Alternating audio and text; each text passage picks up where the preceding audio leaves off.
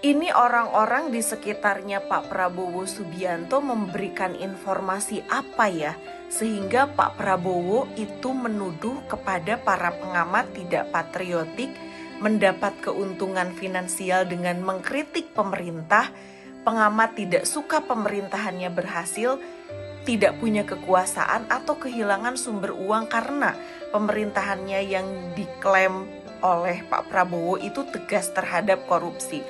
Ini Pak Prabowo Subianto sebenarnya sadar nggak sih bahwa kerusakan di Republik ini tuh nyaris sempurna, so a critical and aware public is needed to build effective check and balances dan untuk membangun deliberative democracy.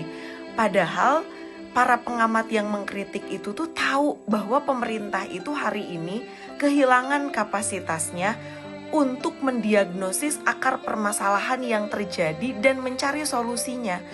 Dan menurut saya ini tuduhan yang sangat serius loh kepada para pengamat.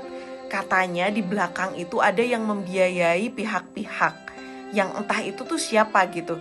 Kita tuh sebetulnya kan para pengamat itu tidak pernah menyerang secara personal karena yang dikritik itu adalah kebijakannya, program-programnya. Jadi yang dikritisi itu bukan sesuatu hal yang bersifat personal. Jadi silahkan Pak Prabowo sampaikan dengan transparan dan akuntabel siapa pengamat itu, dibiayai oleh siapa, sampaikan ke ruang publik. Karena kita tahu di alam demokrasi ini kritik itu bukan kebencian, bukan kejahatan. Justru itu adalah bentuk kepedulian, bentuk kecintaan rakyat kepada negara dan bangsanya. Dan itulah tanggung jawab kita sebagai rakyat nih yang kemarin memilih di pemilu 2024 lalu.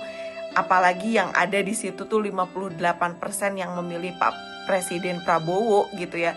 John F. Kennedy pernah menyampaikan, bangsa yang besar itu dan pemimpin itu tidak perlu takut kepada rakyatnya yang mengkritik. Justru harus menyambutnya sebagai bagian dari kekuatan republik. Jadi kalau kata Pak Prabowo, para pengamat akan ditertibkan, kira-kira penertiban seperti apa ya menurut teman-teman yang akan dilakukan oleh Pak Prabowo Subianto ini?